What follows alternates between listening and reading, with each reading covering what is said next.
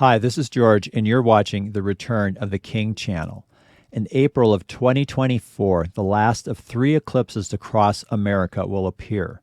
The prophet Joel tells us the sun shall be turned to darkness and the moon to blood before the great and awesome day of the Lord comes. Solar eclipses occur on a regular basis, so there has to be something more. In Revelation 22:12 and 13, Jesus says this. He says, "Behold, I am coming soon, and my reward is with me, to repay each one for what he has done. I am the Alpha and the Omega, the first and the last, the beginning and the end." The path of the 3 eclipses formed the first letter of the Hebrew alphabet, the Aleph, which in the Greek alphabet is the Alpha. The path of the first and last eclipse forms the last letter of the Hebrew alphabet, the Tav, which in the Greek alphabet is the Omega. The eclipses now appear to be trying to tell us something. But there's more. The intersection of the first and last eclipse occurs in a location known as Little Egypt. Of all the countries in the world, why is the Alpha and the Omega, and now a reference to Egypt, appearing over America? Because America was set up by the Founding Fathers for a very specific purpose. This is one side of the Great Seal of the United States, which can be found on the back of the $1 bill. Contained within the Great Seal is a prophecy of a new world order headed by a one-world leader, the one we call the Antichrist. It was in Egypt where God showed the nations of the world who the most powerful God was, the God of the Hebrews. God took his people out of the most powerful nation in the world at that time, Egypt, by defeating their gods. He then hardened Pharaoh's heart and caused him to pursue the Israelites. God parted the Red Sea, and his people passed through safely to the other side. Pharaoh and his army entered the Red Sea, and then God drowned them. None survived. America is the most powerful nation in the world. And just like in Egypt, where the people of God multiplied into a nation, Christianity grew mightily in a land that serves foreign gods. When the oppression by the Egyptians became severe, God took them out of Egypt. As the opposition to Christianity and its values grows, not just in America, but worldwide, God will take his people out just like he did in Egypt. The principalities and powers that rule over America have been summoned here by a hidden ruling elite. They are the same demonic entities as those that ruled over Egypt, the most powerful nation at that time. These demonic gods who rule the nations at the request of men will be defeated, just as they were in Egypt. Tom Horn, in his book Zenith 2016, goes into great detail as to the purpose of America's founding, to lead the world in the creation of a new world order led by the Antichrist. Speaking of the Great Seal, he says this: "The Great Seal of the United States is a prophecy hidden in plain sight by the Founding Fathers and devotees of Bacon's New Atlantis for more than 200 years, foretelling the return of a terrifying demonic god who seizes control of Earth and the new order of the ages. This supernatural entity was known and feared in ancient times by different names: Apollo, Osiris, and even farther back as Nimrod, whom Masons consider to be the father of their institution. Our escape in Revelation chapter 12 is from the dragon, Satan, and his incarnate son, the Antichrist." Was the United States designed to produce the Antichrist? David Bay of Cutting Edge Ministries believes so. America was designated as the new Atlantis that would lead the world to the Antichrist. The original national bird envisioned by our Masonic leadership in the late 1700s was not the American eagle, but the phoenix bird.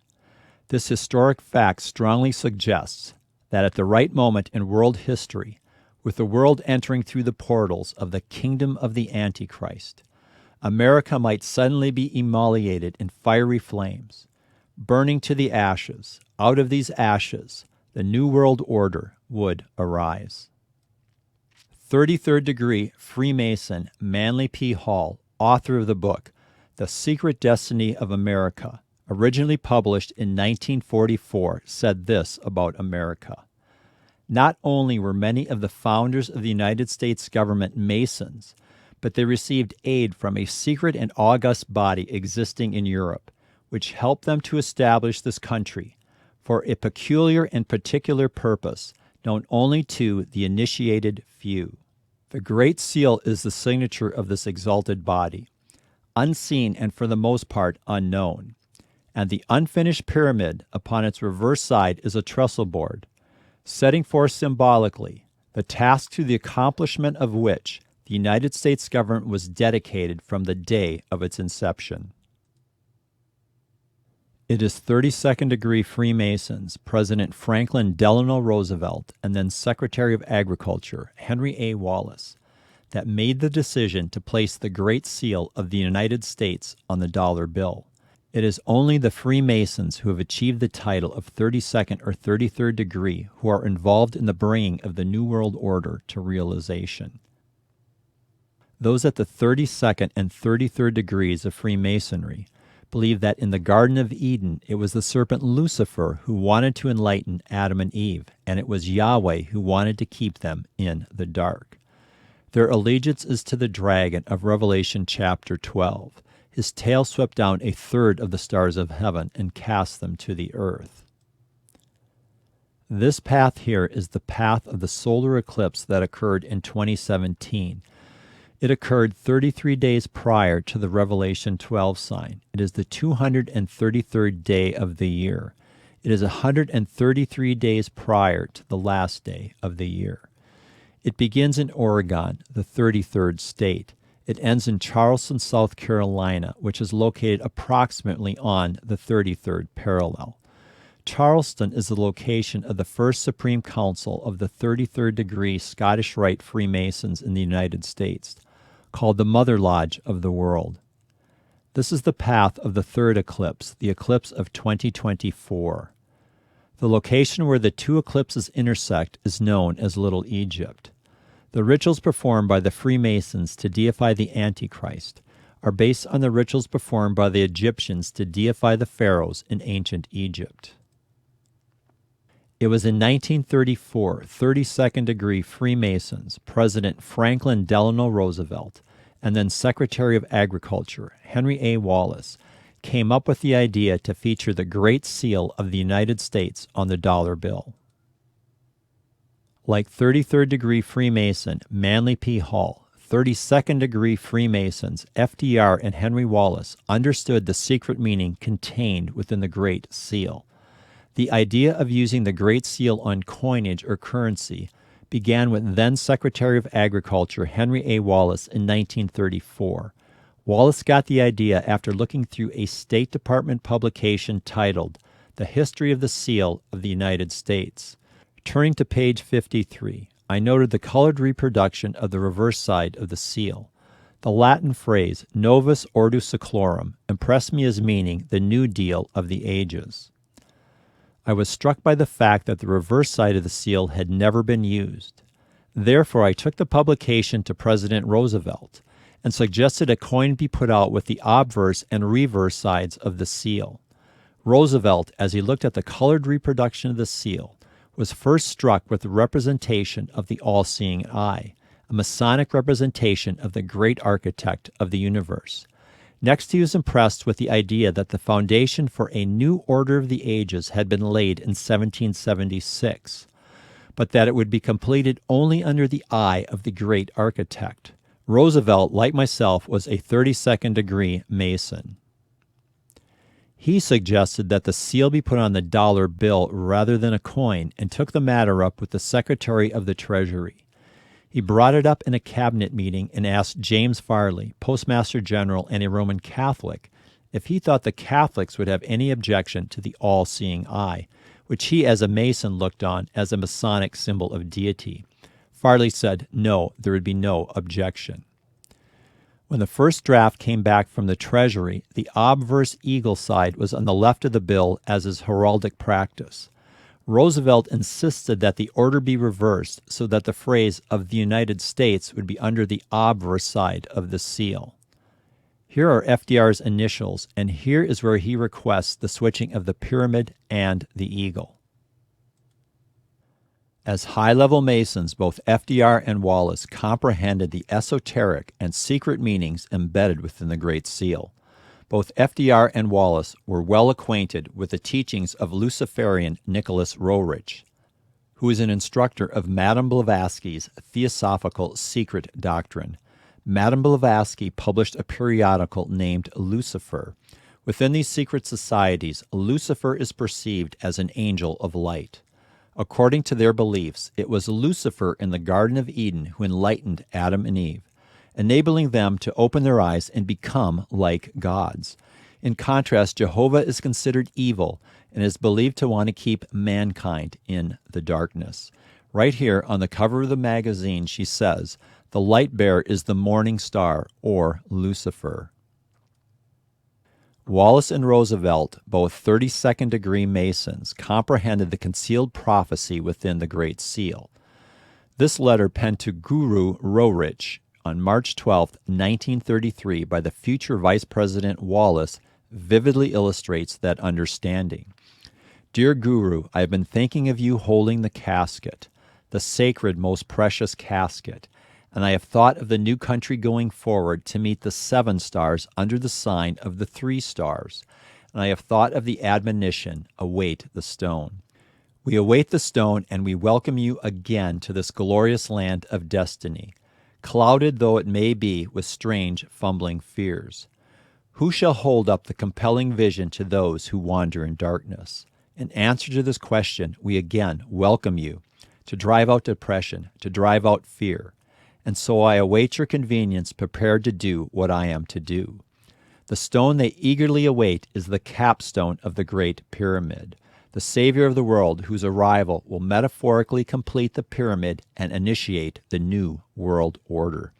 The 7 stars are the Pleiades, and the 3 stars the belt of Orion, of which the 3 pyramids of Giza align. In my latest video, I talked about the story of the rapture that appears in the heavens between April 8th and the 10th. The eclipse occurs on April 8th. Between the 8th and the 10th, we see a pictographic story of the great escape from the dragon. On the following day, April 11th, the story completes when the moon enters the Pleiades, signaling the coming of the Antichrist. The moon passes near the Pleiades every month, so what happens on the 11th by itself doesn't really mean much. It's the combination of what occurs in the days previous that gives us a complete story. The story of the pre-tribulation rapture, our escape from the dragon Satan and his incarnate son, the Antichrist. Every object in our solar system except Pluto is in the constellations of the rapture and coming tribulation. Plus, a comet will appear in the sky with the eclipse. On the 3rd day from the eclipse, there's a very complete pictographic story of the rapture in the heavens. I'll talk about this in more detail later. The ancient Jewish rabbis believed the sun represented God, whom we cannot look at, and the moon the Messiah. Just as the moon reflects the light of the sun, in the Messiah we see a reflection of God. The day you see here is the 3rd day from the eclipse. The 4th day is about the coming of the Antichrist. On the 4th day, the moon moves into the Pleiades, the 7 stars. Wallace, writing to Luciferian Roerich, says this, "Dear Guru, I have been thinking of you holding the casket, the sacred, most precious casket, and I have thought of the new country going forward to meet the 7 stars under the sign of the 3 stars, and I have thought of the admonition, await the stone. The stone they are waiting for is the supernatural leader of the new order of the ages, the one we call the Antichrist. The sacred, most precious casket is the casket of Osiris, which they believe is buried somewhere in the Giza pyramid complex. Revelation 17:8 appears to support this idea of the resurrection of some being who lived, died, and is then resurrected. The beast you saw was, in other words, lived, and is not. He died and went to the pit, and is about to rise from the bottomless pit and go to destruction. And the dwellers on earth, whose names have not been written in the book of life from the foundation of the world, will marvel to see the beast, because it was, and is not, and is to come." Tom Horn explains the connection between the constellation of Orion and the Antichrist. In Greek mythology, the god Orion, Osiris, fell in love with Apollo's sister, Diana, Artemis. Apollo did not like this arrangement and tricked Diana into shooting an arrow into Orion's head. When she saw what she had done, Diana placed the dead Osiris among the stars and transformed him into the constellation Orion. Thereafter, Orion was thought to be the soul of Osiris. Early history connects the constellation of Orion to the Sumerian legend of Gilgamesh, identified in the Bible as Nimrod, the giant, mighty hunter before the Lord, a fantastic personality who in later mythology was also called Osiris and Apollo. If Job 38:31 is therefore interpreted according to these ancient astrological and mythological renderings, it would have God asking Job if he could bind the magic bands of Osiris Dionysus or loose the bindings of the mighty hunter, the giant, Orion, Gilgamesh, Nimrod, Osiris, Apollo. What is potentially more explosive is the deep possible implication from this text that not only can God do this, that is, loose the forces bound at Giza, the pyramid complex, and the constellation Orion, but that, when the correct time comes, he will. He continues, when the star system Pleiades and Orion are compared to Henry Wallace's letter to Nicholas Roerich, in which he says, "Dear Guru, I have been thinking of you holding the casket, the sacred, most precious casket, and I have thought of the new country going forward to meet the 7 stars under the sign of the 3 stars. The mystery may unfold that Wallace was referring to the Pleiades and Orion specifically, and to the deity and earthly location they represent. This is an excellent possibility, as these star systems, the 7 stars of the Pleiades and the 3 stars of Orion, relate to one another in mythology as well as in the Bible. Seek him that maketh the 7 stars of the Pleiades and the 3 stars of Orion, Amos 5:8, which maketh Arcturus, Orion, and Pleiades, and the chambers of the south, Job 9:9. Further, both star systems represent the God encoded in the Great Seal, the central fascination of Wallace and Roosevelt. The Pleiades point to Apollo Dionysus, while the Orion system points to the soul of Osiris in heaven, and on earth to his speculative tomb located in Giza. Roerich and Wallace may have believed the new country, America as the new Atlantis, was destined to meet Apollo Dionysus under the sign of the 3 stars on the Giza Plateau, where the most precious casket or coffin of Osiris Apollo Dionysus held the material remains of the god. Furthermore, what is now known is that Wallace viewed the unfinished pyramid with the all-seeing eye hovering above it on the Great Seal as a prophecy about the dawn of a new world order with America at its head. Whenever the United States assumed its position as the new capital of the world, Wallace wrote, the grand architect would return, and metaphorically, the all-seeing eye would be fitted atop the Great Seal Pyramid as the finished apex stone. For that to happen, Wallace penned in 1934, it will take a more definitive recognition of the grand architect of the universe before the apex stone, capstone of the pyramid, is finally fitted into place and this nation, in the full strength of its power, is in position to assume leadership among the nations in inaugurating the new order of the ages.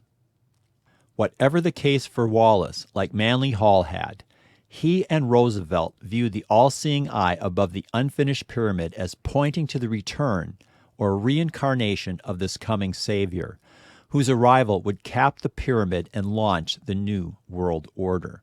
The all-seeing eye of the Great Seal is fashioned after the Eye of Horus, the offspring of Osiris, or Osiris resurrected, as both men surely understood. Aleister Crowley, 33rd degree Freemason, the wickedest man on earth, and a Roerich occult contemporary, often spoke of this as the new age of Horus and the breaking dawn of the rebirth of Osiris. That such mystics and Freemasons simultaneously use such identical language is telling. giving that the Great Seal's mottos and symbolism relate to both Osiris and Apollo specifically, yet as one. Osiris is the dominant theme of the Egyptian symbols, his resurrection and return, while the mottos of the seal point directly to Apollo, and the eagle, a pagan emblem of Jupiter, to Apollo's father. According to Virgil and the Cumean Sibyl, whose prophecy formed the Novus Ordo Seclorum of the Great Seal of the United States, the New World Order begins during a time of chaos, when the earth and oceans are tottering, a time like today. This is when the Son of Promise arrives on earth, Apollo incarnate, a pagan savior born of a new breed of men sent down from heaven, when heroes and gods are blended together. This sounds eerily similar to what the Watchers did during the creation of the Nephilim, and to what scientists are doing this century through genetic engineering of human-animal chimeras. But to understand why such a fanciful prophecy about Apollo, son of Jupiter, returning to Earth should be important to you, in ancient literature, Jupiter was the Roman replacement of Yahweh as the greatest of the gods, a counter-Yahweh. His son Apollo is a replacement of Jesus, a counter-Jesus. This Apollo comes to rule the final New World Order when justice returns old Saturn's, Satan's reign. In the book of Revelation, chapter 9, John is going to tell us in a remarkable way who this God is. It's the same God foretold of in the Great Seal. And the fifth angel blew his trumpet, and I saw a star fallen from heaven to earth, and he was given the key to the shaft of the bottomless pit. He opened the shaft of the bottomless pit, and from the shaft rose smoke like the smoke of a great furnace. And the sun and the air were darkened with the smoke from the shaft. Then from the smoke came locusts on the earth, and they were given power like the power of scorpions of the earth. He then a little farther down says this, "They have as king over them the angel of the bottomless pit. His name in Hebrew is Abaddon, and in Greek he is called Apollyon." What John is telling us here is not quite right. It should read, "They have as king over them the angel of the bottomless pit. His name in Hebrew is Abaddon, and in Greek he is called Apollyon." So why is John doing this? What John is doing here is telling us who this king is. He's telling us it's the god Apollo. This is a commentary I found explaining what John is doing. There is little doubt a link between Apollyon and Apollo. Let me elaborate. The name Apollyon is a Greek play on words for Apollo, Apollon in Greek, and destroyer. Revelation 9:11 reads, "They had as king over them the angel of the abyss, whose name in Hebrew is Abaddon, and in Greek is Apollyon," that is, destroyer. Abaddon means destruction or ruin, which is Apollia in Greek. Though Abaddon means destruction or ruin, it is truly the place of destruction or ruin, which in Greek is Hades or Buso or Abuso. Why does John call the angel of the abyss the name for destruction or the place of destruction in Hebrew, but then uses the Greek word Apollyon, meaning destroyer, which is not an exact Greek translation of the Hebrew Abaddon? John's appeal to call the angel of the abyss Apollyon rather than using the more exact Greek translations of Abaddon like Apollia, Hades, Buso, or Abuso, because of the similarity between the words destroyer, Apollyon, and Apollo, Apollon, in Greek.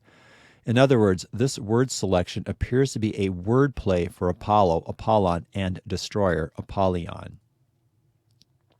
The fact that Apollyon is used to intentionally call to mind the god Apollo is hinted at throughout Revelation 9. The Anchor Bible Dictionary says the following concerning the link between Apollyon and Apollo. In one manuscript, instead of Apollyon, the text reads Apollo, the Greek god of death and pestilence, or plague like the plagues of locusts mentioned in Revelation 9. Apollyon is no doubt the correct reading. Now, when copies of the original manuscripts were being made, sometimes the copyist would know what's being implied and would put that understanding into the copy. That's what's going on with this one manuscript here.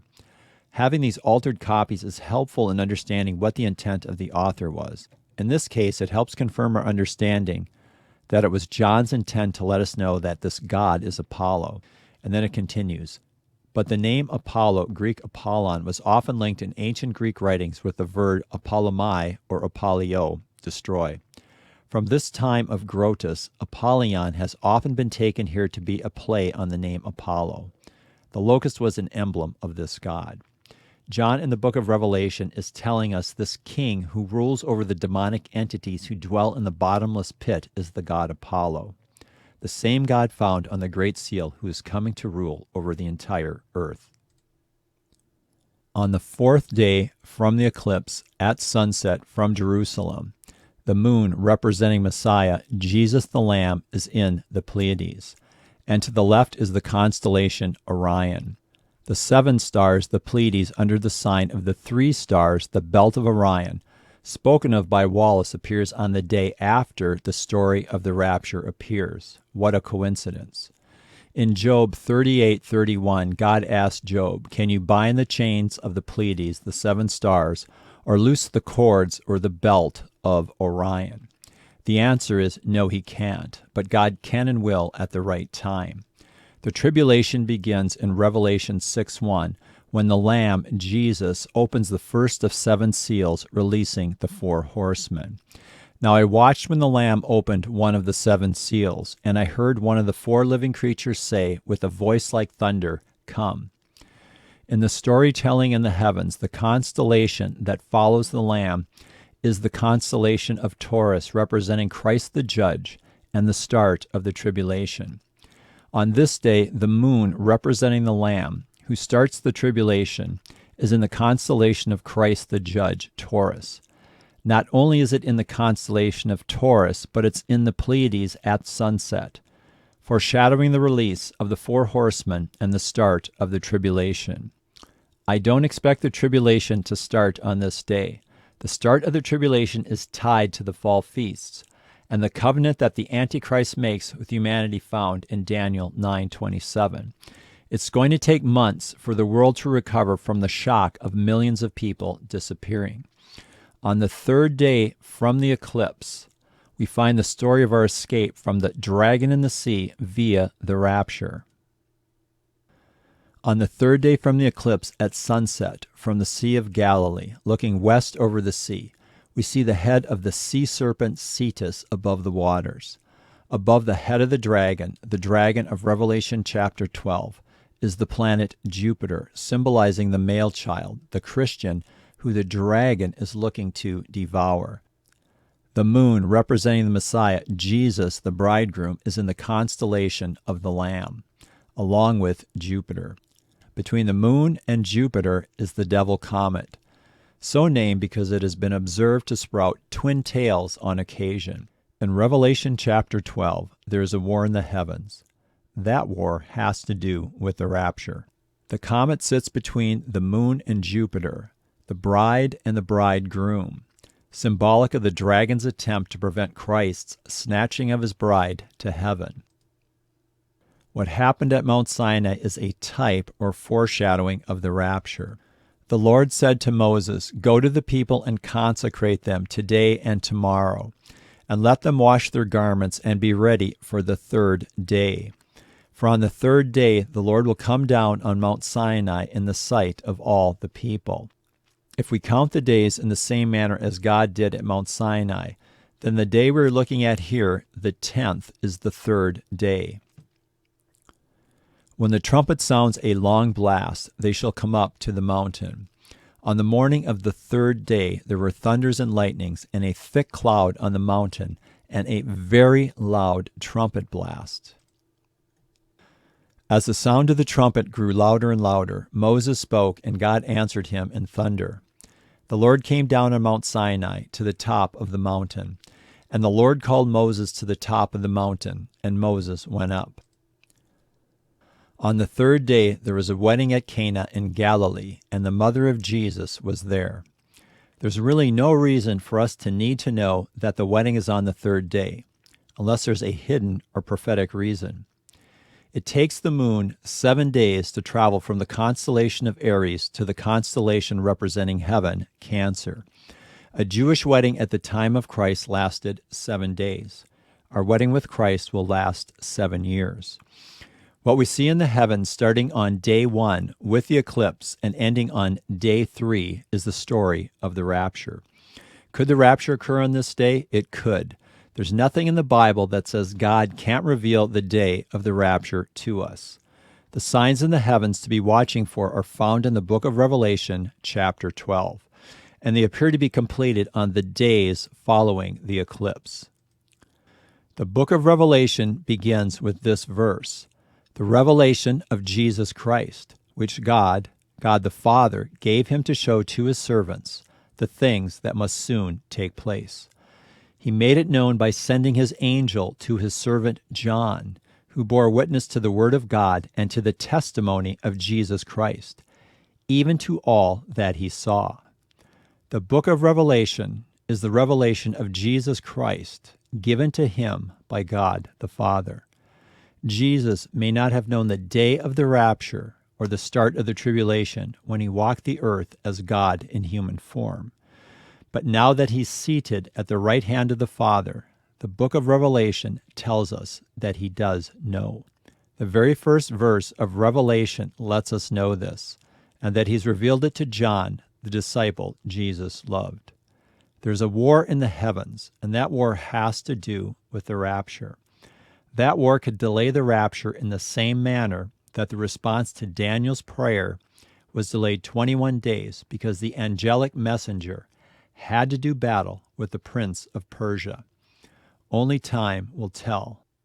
The story of the rapture, starting with the eclipse and ending on the day you see here, is covered in detail in this video. There's a link appearing here at the upper right-hand corner, and another link will appear shortly at the end of this video. The other video that's a must-watch is the video I released last fall on September 23rd, 2023, 6 years to the day from the Revelation 12 sign.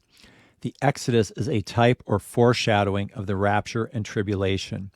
The land of Egypt is mentioned over 600 times in the Bible. Egypt, symbolizing the world, becomes the land where God places and grows his chosen people, the Israelites, into a nation within a nation. Egypt at that time is the most powerful nation in the world. In the eyes of the surrounding nations, that means they must also have the most powerful gods. God single-handedly defeats and makes a mockery of the gods the Egyptians serve. God makes sure we know that he's in total control by letting us know that he's involved in not just hardening Pharaoh's heart, but his entire army at the Red Sea. Lift up your staff and stretch out your hand over the sea and divide it, that the people of Israel may go through the sea on dry ground. And I will harden the hearts of the Egyptians, so that they shall go in after them, and I will get glory over Pharaoh and all his host, his chariots, and his horsemen. And the Egyptians shall know that I am the Lord, when I have gotten glory over Pharaoh, his chariots, and his horsemen. Paul in Romans 9:17 says this, "For the Scripture says to Pharaoh, for this very purpose I have raised you up, that I might show my power in you, and that my name might be proclaimed in all the earth." What happened to the Egyptians, the plagues, and then the defeat of the most powerful army in the world at the Red Sea by the God of the Hebrews becomes known to all the nations in the world. And those nations are now in fear of the God of the Hebrews. If the nation with the most powerful gods can be defeated by the God of the Hebrews, then so can they. This is exactly what Paul is alluding to. All the nations that served other gods would see who the Most High God was, the God of the Hebrews, and they would come to fear him and his people, the Israelites. America, over the last 75 years, has been considered to be one of the most powerful nations in the world, based on its military strength and its standard of living. America is symbolic of Egypt and the world. America was founded to bring about the New World Order with the Antichrist as its leader. This is not by chance or coincidence. God is involved in this. America is Babylon. During the tribulation, America will be destroyed. Babylon in Revelation chapter 18 is destroyed in one day by fire. All the merchants of earth mourn over her. What happened to the Egyptians and their gods, their utter defeat, is going to happen again. Except this time, instead of Egypt, it will be the whole world and its armies. Instead of Pharaoh, it will be Satan, the current ruler of this world, and its incarnate son, the Antichrist, along with the false prophet who is going to go down in defeat at the hands of the coming king and his armies, Jesus Christ. Here are the 2 links to the videos I've mentioned. Just click on the link and it will take you to the video. Thanks for watching.